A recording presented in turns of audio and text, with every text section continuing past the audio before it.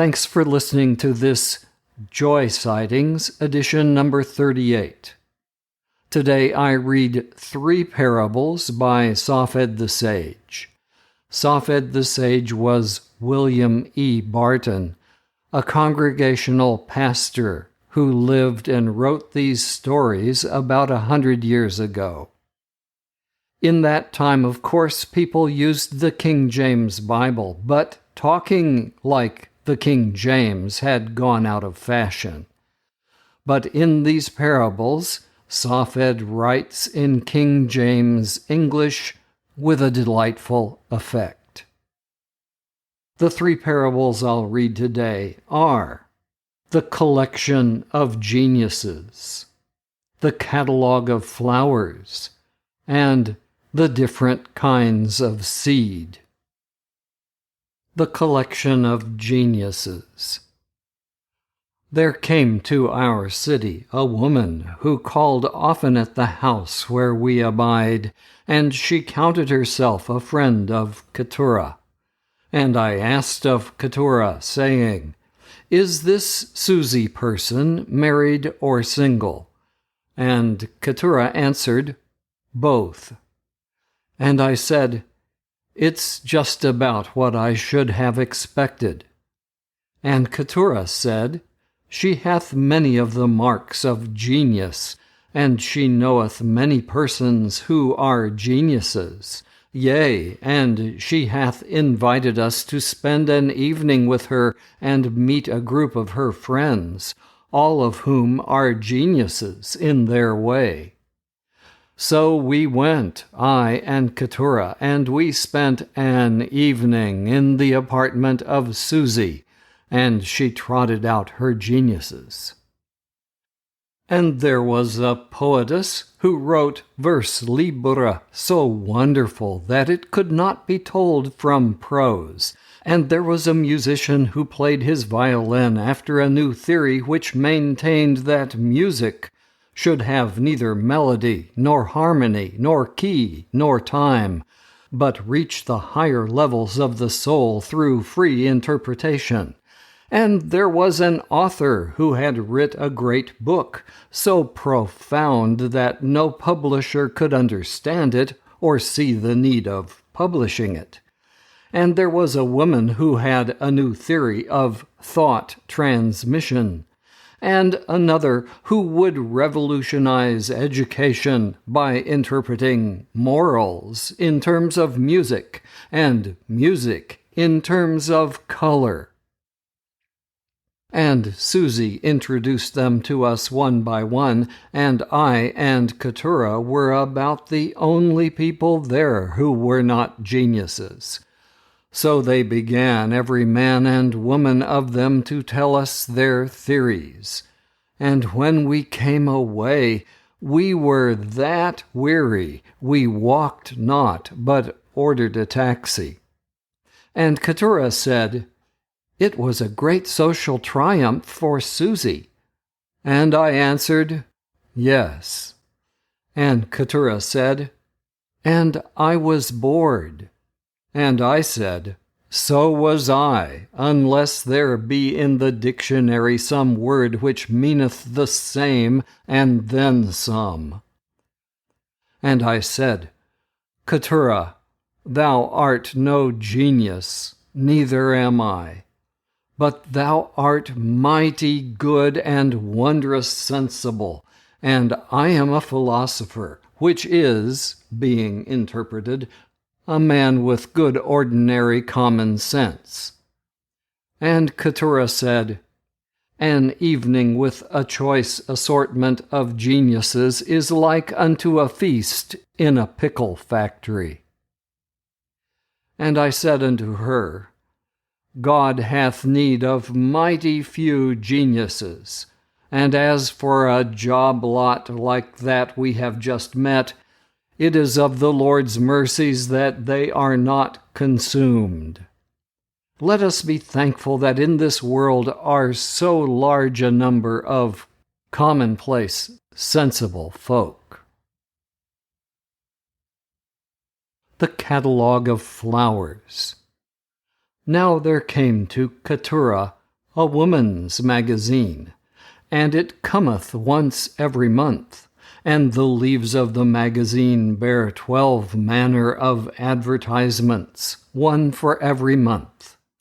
And it came to pass that while the snow was deep upon the ground, behold, she was reading advertisements of flowers and seeds, and there was one advertisement which said, Send unto us a dime, and we will send to thee 6 packages of seed, and a wondrous catalogue, and a book that telleth thee all about the garden. And Keturah sent the dime.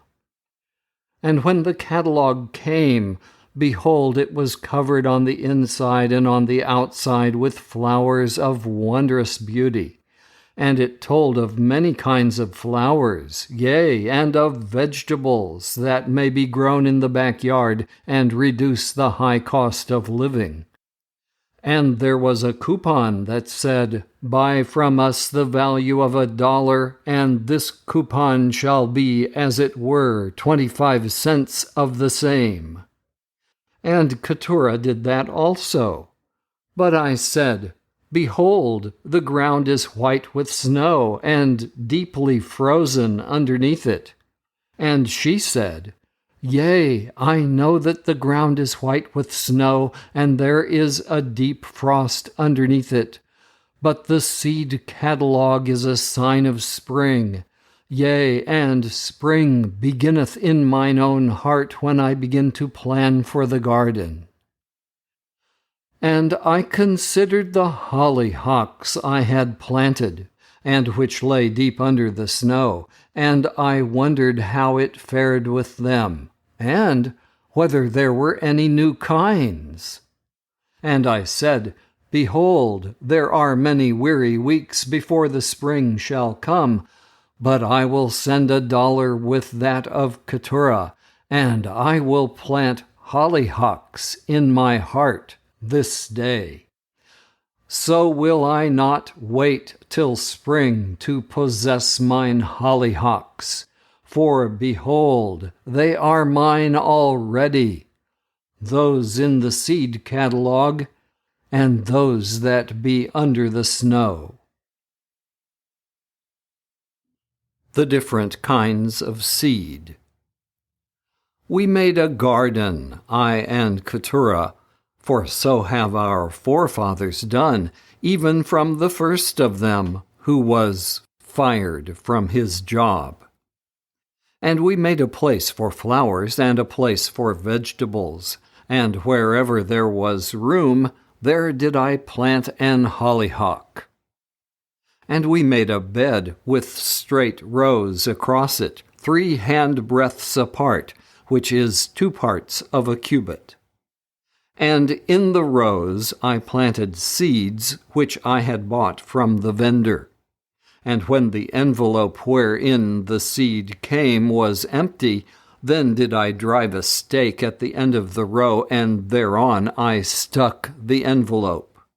And Keturah asked me, saying, Canst thou not remember that there be 3 rows of radishes, and 2 of lettuce, and 1 of onions, and the rest? And I said, The seeds are many, and they are very small. We must not expect too much of them. How can each seed know what it is to be? But now it shall know. For if it cannot read English, then may it look on the envelope and say, Behold, I am to be like unto the picture, and my name is Turnip. And Keturah said, It is for thyself that thou dost place the envelope so, that thou mayest know the plants from the label and conceal thine own ignorance. And I said, O Keturah, what is all the wisdom in the world save this, that by some tag or label placed here and there at the end of the row, they that are wise conceal their ignorance? For that ignorance is very vast, and it shutteth down about us on every side. There be men who know more about seed than I do, so they can tell a radish seed from a lettuce seed before they plant it. But who of them know about the law of chances, that the seed which produced radish last year shall not of the same kind of seed produce this year pumpkin vines, each bearing in every blossom a pumpkin pie? So I entered into mine house, and I sat me down, for I was weary, and I meditated much that God needeth not the labels to remind him what each seed shall produce. And I marveled at the miracle of life, that every seed doth bring forth after its kind, so that even the grain of a mustard seed hath in it a great tree, and every package of seed doth contain the memory of God. Yea, and every tiniest seed, the veracity of God.